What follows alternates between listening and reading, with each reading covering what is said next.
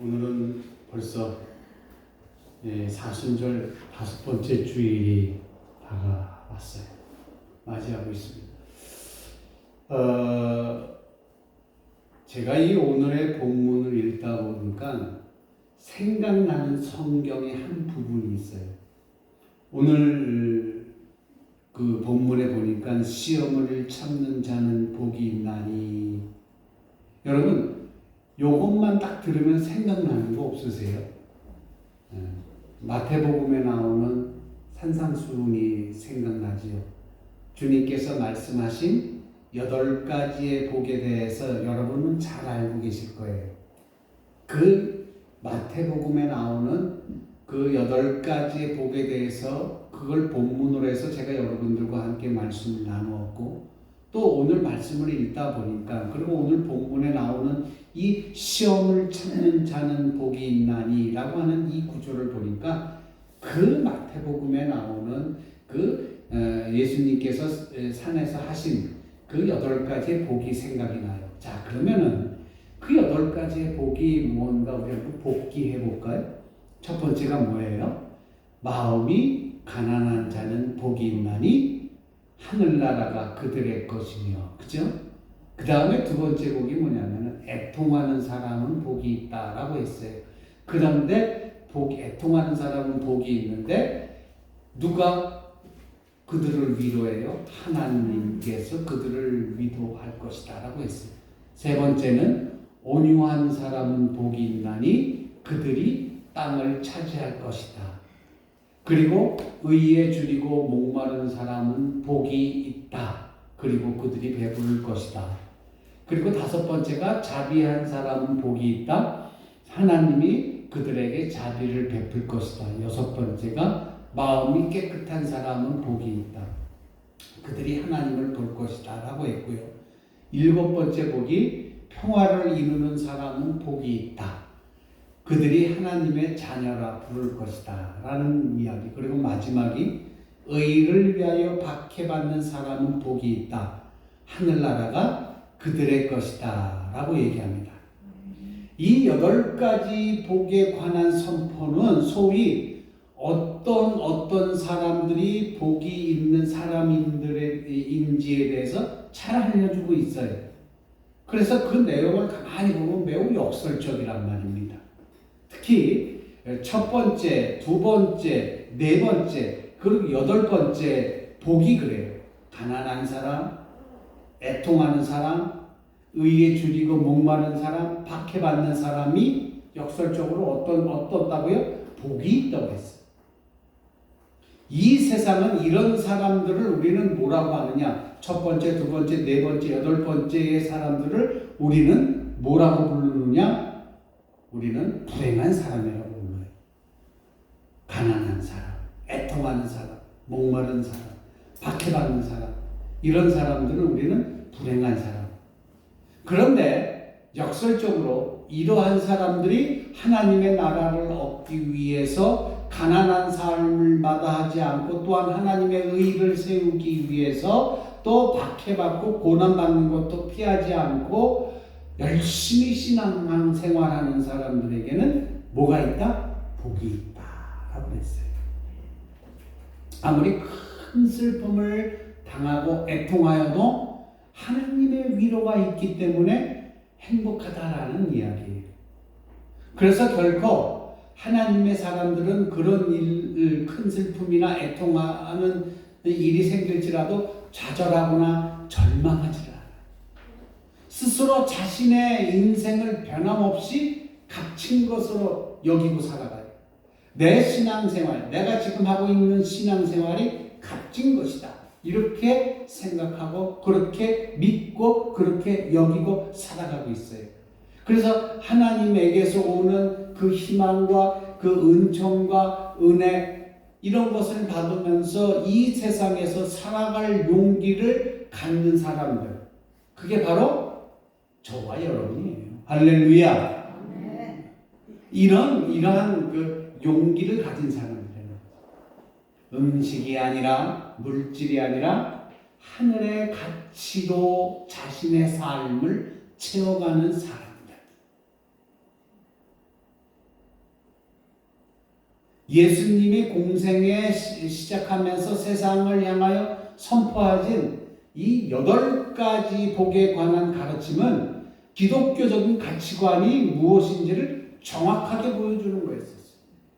예수 그리스도의 가르침에 따라 살아가는 신앙인들이 추구하는 것이 어떤 것인지를 잘 보여주는 거였다는 거예요. 뭐가? 예수님이 말씀하신 이 8가지의 복이.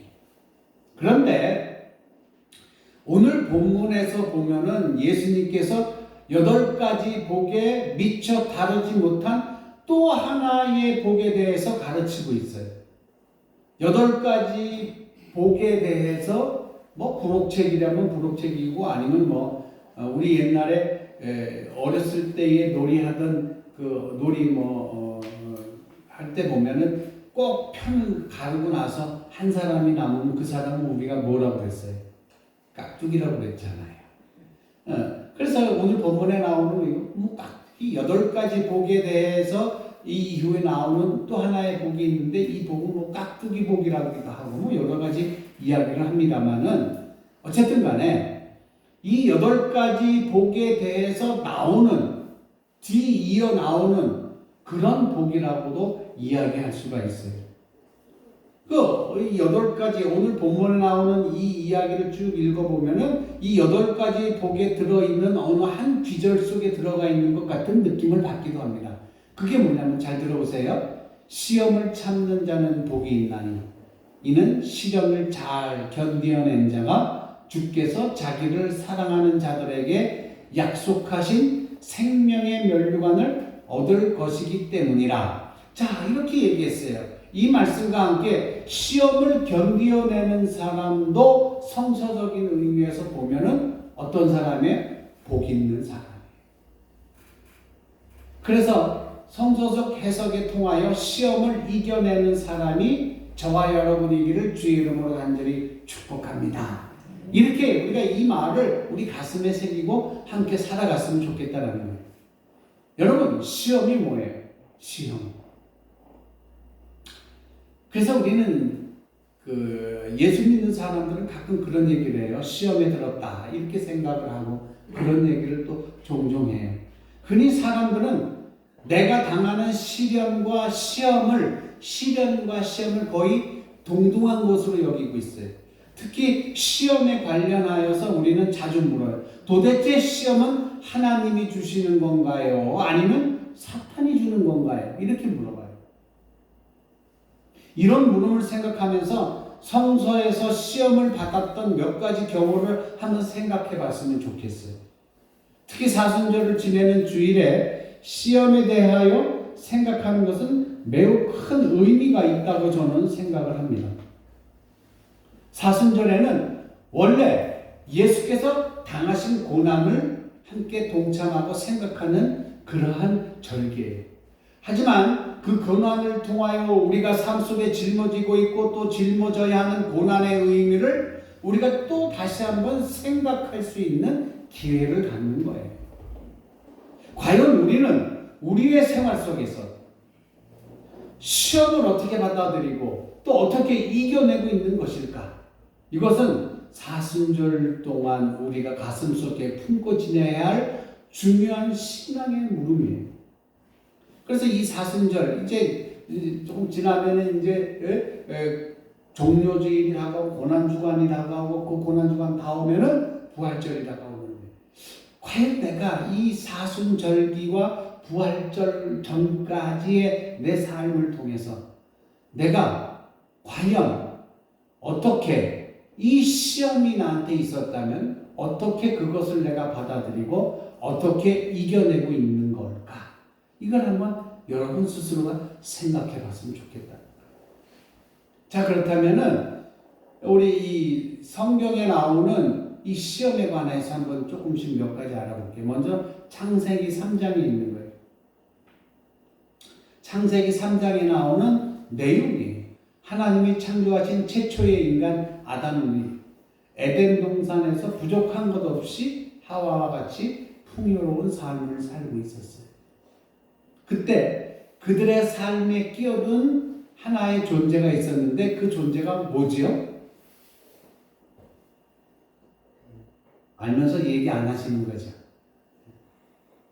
아담과 하와를 유혹했던 존재가 있는데 그 존재가 뱀이잖아요. 최초의 인간이 시험을 당하는데 선악과를 먹으라고 이야기하죠. 아담은 너무 기뻤어요. 혼자 있었지만 하나님께서 혼자 있는 것이 외롭다 느껴서 배필을 지어주셨잖아요. 그래서 짝 지어주신 하와와 함께 너무 행복하게 살고 있었는데, 그리고 그들의 삶에는 항상 하나님과 함께 대화를 나누며 살아가는 그 귀한 시간이 있었다는 거예요. 하나님과 우리들, 자기들의 사이의 위치, 자기들이 해야 할 위치에 항상 성실하게 살아가고 있던 최초의 인간인 아담과 하와였어요. 그런데 그들의 삶에 뱀이 등장했고 그 뱀이 등장해서 아담과 하와에게 꼬드깁니다. 선악을 알게 하는 나무의 실과를 먹으라고 얘기합니다. 이 선악을 알게 하는 나무의 실과는요, 하나님과 인간의 관계를 규정하는 것이었어요. 다른 건 다 먹을 수 있었지만 하나님이 뭐라고 했어요? 동산 중앙에 있는 그 나무의 열매는 먹지 말라고 분명하게 얘기했었어요. 그런데 그거를 가만히 읽어보니까 그 열매를 먹는 순간 내가 선이 무엇이고 악이 무엇인지 그냥 자율적으로 판단하는 거였었어요. 다시 말해서 무엇이 선이고 무엇이 악인지를 스스로 정한다는 의미예요. 그러니까 이건 선이고 이건 악이다라고 하는 것이 대체적으로 정해져 있는 것이 아니라 내가 정하는 거예요. 주관적인 거였었어요. 그래서 나한테 유리한 것은 다른 사람이 볼 때 안 좋은 거라도 내가 볼 때는 선이에요.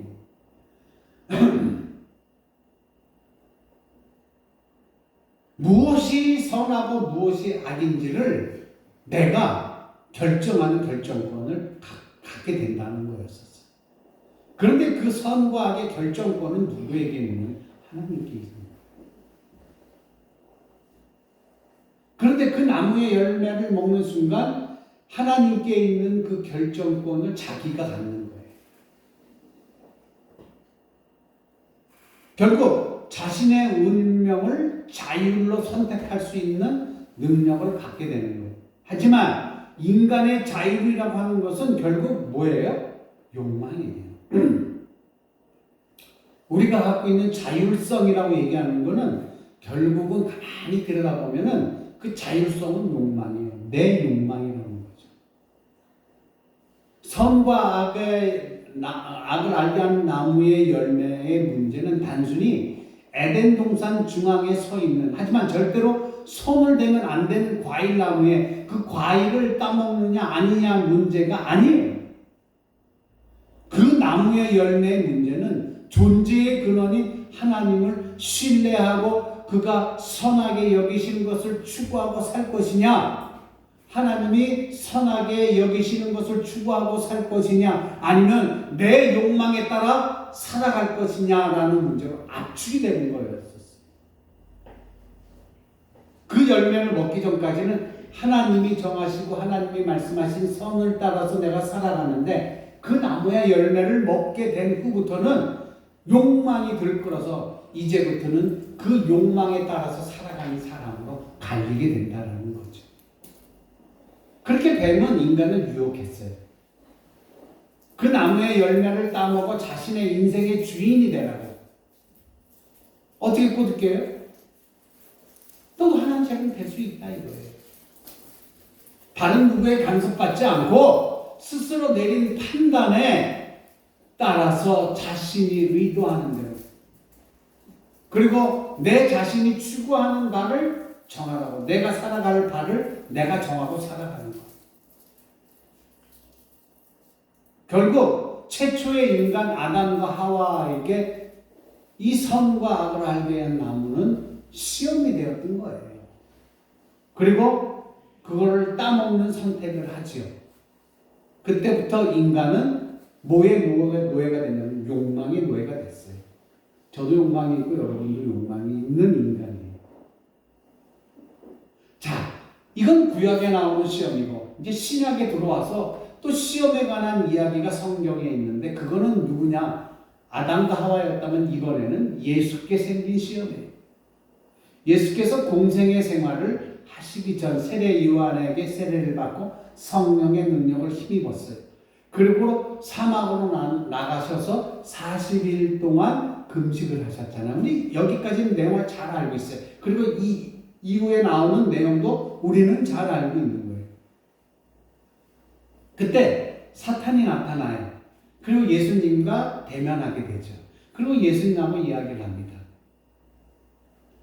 뭐라고 얘기해요? 사탄이 네가 하나님의 아들이라면 여기서 한번 떼어내라. 그리고 이 돌들을 빵이 되게 해봐라. 그리고 마지막으로 세상의 모든 영광을 내가 다 보여줄게. 이 세상에 있는 모든 영광을 다 보여줄게. 나한테 한번 무릎 꿇어라. 이런 이야기를 하죠. 이거는 우리가 잘 알고 있는 거예요. 에덴 동산에서, 구약에 나오는 에덴 동산에서 뱀이 아담과 하와를 유혹한 일과 사막에서 사탄이 예수를 유혹한 일을 비교해보면 유혹하는 말과 그 내용은 다르지만 핵심은 같아요. 말의 내용과 말의 단어 사용은 틀리지만 핵심은 같아요. 바로 욕망에 대한 문제예요. 사람이 갖고 있는 이 욕망에 대한 문제. 내 자신 안에 자리를 틀고 앉아있는 그 욕망, 그걸 앞세워 살라고 했던 것이 뱀이 한 말이나 사탄이 한 말은 똑같아요. 핵심의 내용은 똑같아요.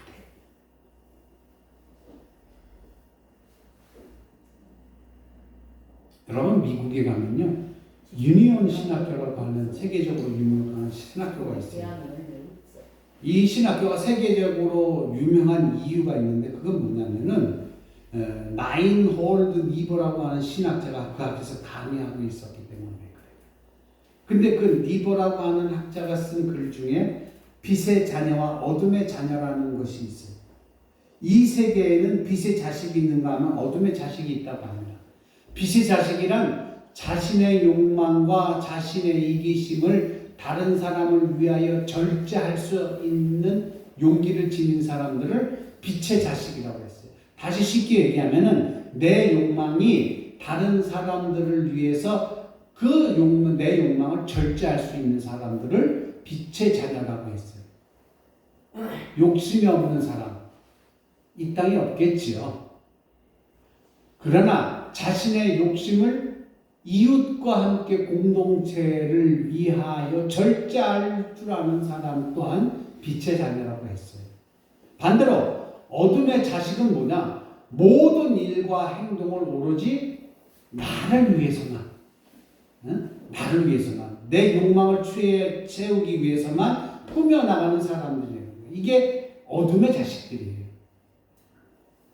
내 욕망을 위해서는 거짓 술수뿐만 아니라 이웃과 공동체를 처참하게 무너뜨리고 자기가 그 위에 군림하는 사람들, 이런 사람들을 어둠의 자녀라고 했어요. 이 니보 교수에 따르면 인간에 대해서 누구나 욕망은 지니고 있다는 거예요. 그 욕망이 두려운 가능성이 된다고 이야기를 하고 있어요. 흔히 우리에게 묻곤 합니다. 시험은 하나님이 내리시는 건가 아니면 사탄이 내리나? 그걸 우리는 물어봐요. 가끔 우리가 어려운 일 당하면 이런 얘기가, 야, 하나님이 나를 시험하시는 걸까?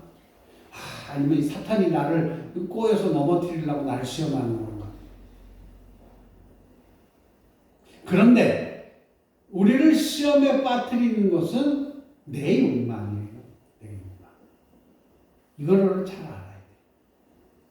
그래서 우리가 흔히 하게 되는 이 신앙적인 오해들이 있는데, 그 가운데 하나가 죄를 짓기 때문에 고난이 오고 시련이 온다고 생각하고 있어요.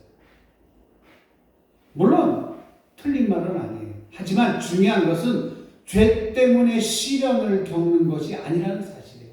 신앙인은 모든 시련 속에서 하나님의 섭리와 신앙적인 의미를 읽어내려고 노력을 해야 돼요. 그래서 내 자신이 처한 현실 속에서 잘못을 뉘우치고 하나님께 회개하는 것은 중요한 일이에요. 하지만 그렇다고 자신에게 일어난 모든 불리한 일들을 죄의 결과로만 생각하는 것은 그것 또한 옳지 않다라는 거예요. 이런 맥락에서 고린도후서 12장 10절에 있는 사도 바울의 고백은요, 우리에게 매우 귀중한 가르침을 주고 있어요. 잘 들어보세요. 그러므로 나는 그리스도를 위하여 병약함과 모욕과 궁핍과 박해와 곤란을 겪는 것을 기뻐합니다. 내가 약할 그때 오히려 내가 강하기 때문입니다. 오늘 제목이에요. 고린도후서 10장 10절에 나오는 사도 바울 선생님의 고백. 내가 약할 그때 오히려 내가 강하기 때문이다. 여러분, 내가 약할 그때가 꼭 강한 때라고 하는 이 고백이야말로 신앙의 진정한 힘이라고 저는 생각을 합니다. 사람은 누구나 약해질 때 오히려 생각이 깊어져요. 내가 약해지면 내가 왜 이럴까? 내가 이것 때문에 그러는 거 아닐까? 내가 왜 이렇게 약해졌지? 육신적으로 보면 먹는 것이 부실해서 그런가? 아니면 신앙적으로라든지 내가 기도를 안 해서 그런가? 이런 식으로 뭐라고 해야 생각이 깊어지는 거예요. 인간은 약함과 함께 인간이 무엇이며 인간이 어떻게 살아야 하며 무엇을 위해 살아야 할 것인지에 대해서 고뇌하기 시작합니다. 거기에서 인생의 귀한 진리를 길어 올리는 거예요. 우리가 때로 예기치 않는 어려움을 당할 때 오히려 내가 강할 수 있다라고 생각하고 그렇게 용기를 갖는 신앙이 저와 여러분에게 있길 주의 이름으로 축원합니다. 내가 어려움을 당해. 제가 늘 제 아내하고 내가 다른 사람한테 간증할 때 그래요. 이 어려움을 당하면 저는 늘 한번 제가 말씀드린 적도 있을 거예요. 저는 어려움을 당하면 꼭 이렇게 기도해요. 하나님께. 하나님, 이 어려움이 저한테 지금 있지만 이거 끝나고 나면 나한테 어떤 복을 주시려고 이렇게 어렵게 하십니까? 저는 그렇게 생각해요. 어려움 당하면 아이고 이걸 어떻게 힘들어요. 이걸 어떻게 물론 저도 그렇게 고민하며 살아갈 때가 있었어요.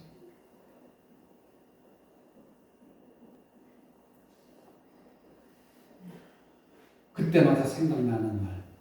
여태까지 내가 힘들 때 고백해왔던 이 말이 생각나는 거예요.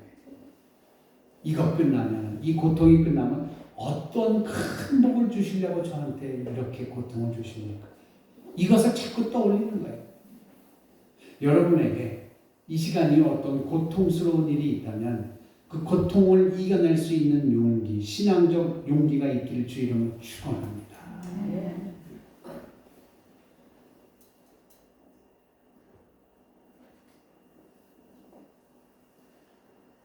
신앙적인 오해를 우리가 풀 줄 알아야 돼요.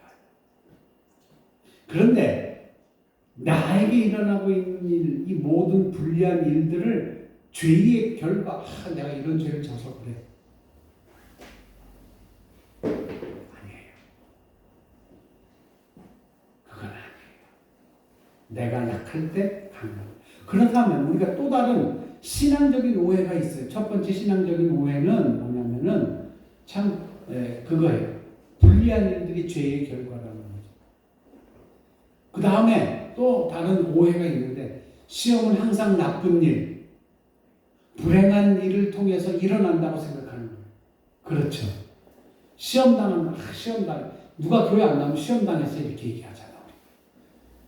근데 성서에 따라 성경에 따르면 그렇지 않아요. 출애굽기 17장에 볼까요? 17장에 이스라엘 백성이 아주 놀라운 기적을 체험하는 이야기가 나오죠. 출애굽을 하고 나서 광야에서 일어났던 일들이에요. 이집트를 떠나서 탈출한 이스라엘 백성들은 홍해를 건넜어요. 사막에서 지내게 되죠. 사막은 먹을 것과 마실 것을 마련할 수 없는 곳이 척박한 곳이에요. 그런데 이스라엘 백성들이 거기에서 당장 먹을 물이 없어서 거의 아사식정까지 갔어요. 그런데 하나님이 그 광경을 보시고 하나님은 모세를 통하여 호렙산 큰 바위를 지정하여서 그 바위를 지팡이로 쳐라 이렇게 말씀하셨어요. 그리고 거기서 물이 막 쏟게 됐어요. 그래서 그 백성들이 그 물을 먹고 갈증을 해소했어요. 이것은 이스라엘 백성들이 경험한 가장 놀라운 기적 체험 가운데 하나였어요. 그래서 이스라엘 역사 속에 후손들에 의해 길이 기억되어 있어요. 그래서 그곳의 이름이 무리바 또는 우리는 마사라고 얘기하잖아요. 이 이름들은 원래 그곳에서 일어난 기적과 어울리지 않아요. 이 이름의 뜻을 가만히 보면 무리바라는 이름의 뜻은 뭐냐면은 다툼이라는 뜻이에요. 즉 그곳에서 이스라엘 백성과 하나님이 다투었다는 의미예요. 마사가 무슨 뜻일까요? 마사는 시험이라고 하는 뜻입니다. 그러니까 사막에서 물이 없어 죽어가던 사람들이 호렙산 바위 위에서 터져나온 물을 마시고 살아나게 된 그 놀라운 기적. 이스라엘 후손들이 그 유구한 역사 속에서 길이 기억하고 있는 그 엄청난 기적이 축복이 아니라 하나님의 시험이라는 뜻을 갖고 있다는 거예요. 여러분 놀라지 않았어요? 그런 일이 있어서? 그게 그런 뜻이었어? 이런 마음을 가지셨을 거예요. 이스라엘 역사에서 가장 놀라운 은혜와 기적을 체험한 자리가 가장 불명예스러운 이름으로 남게 되는 거예요. 무리바, 마사. 여러분 그렇다면은 축복은 뭐고 시험은 뭐예요? 이 마사라는 이 무리바라고 하는 이 다툼, 마사라는 시험, 결국 목말라서 죽어가던 이스라엘 백성이 그곳에서 바위를 친 그 모세의 지팡이로 내려친 그 바위에서 물이 쏟아져 내려왔어요. 그래서 그곳을 가르쳐서 무리바 또는 마사라고 했잖아요. 물이 쏟아져 나와서 그들은 갈증을 해소할 수 있었어요. 그런데 알고 보니까 무리바라고 하는 뜻, 다툼, 마사라고 하는 뜻은 시험. 이 시험과 그리고 축복이 공존하는 거였어요. 여러분, 우리에게 있어서, 아니 나에게 있어서 나쁜 일이 생기면 시험이고 우리에게 좋은 일이 생기면 축복인가요? 그렇다면 성경에 나오는 마사와 무리바의 기적은 우리에게 그것이 아님을 보여줘. 우리 생각이 틀렸다라는 걸 보여줘. 목마름을, 갈증을 해소할 수 있는 건 축복이었어요. 그런데 뜻을 보니까 다툼과 시험이라는 뜻이에요. 그러니까 나쁜 일이 일어나면 시험이고 좋은 일이 일어나면 축복이야. 이 동시에 터졌어요. 아니에요, 여러분.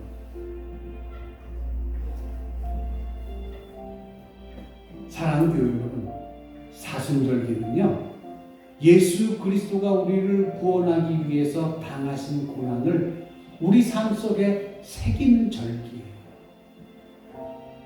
그것은 그저 2000년 전 나사렛 예수가 십자가에서 당했던 고통을 기억하는 것, 그것으로 그치는 것이 아니에요. 지금 현재 우리가 당하고 있는 어떤 고통이 있다면, 어떤 아픔이 있다면, 어떤 시련들이 있다면 신앙의 빛에서 새롭게 조명되는 데까지 나아가야 돼요.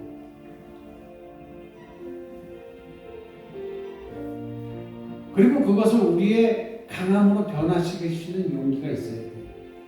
이게 나를 싫어서 난 도저히 견딜 수가 없어. 난 쓰러질 수밖에 없어. 화가 나. 이렇게 생각하지 마시고요. 이걸 이겨낼 수 있는 용기가 이번 사순절기 그리고 사순절 5번째 주일을 지나는 여러분들에게 있어지기를 간절히 축원합니다. 그래서 이렇게 기도하겠어요. 하나님, 우리가 하나님의 말씀을 잘 알 수 있게 해주시고 모든 것을 이겨낼 수 있는 용기를 갖게 해주세요. 이런 마음으로 잠시 동안 우리 눈 감고 고개 숙이시고 우리 조용한 기도 주님 앞에 드리도록 하겠습니다. 함께 기도합니다. 사랑의 하나님 감사합니다. 아버지, 내가 힘들고 내가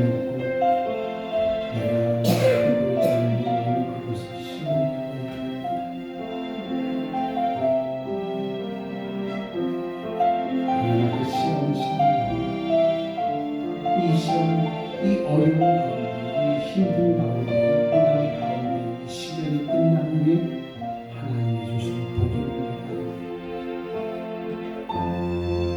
아멘. 이 모든 것을 알고 살아가는 우리에게 주시옵소서.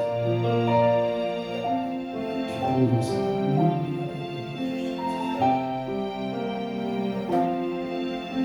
사순절기 5번째 주일을 고민하고 있습니다. 하나님의 말씀을 바라보는 정하고 하나님의 말씀을 실천해 나가는 교회와 우리들이 되게 해 주시옵소서. 감사하며 예수 그리스도의 이름으로 기도드렸습니다.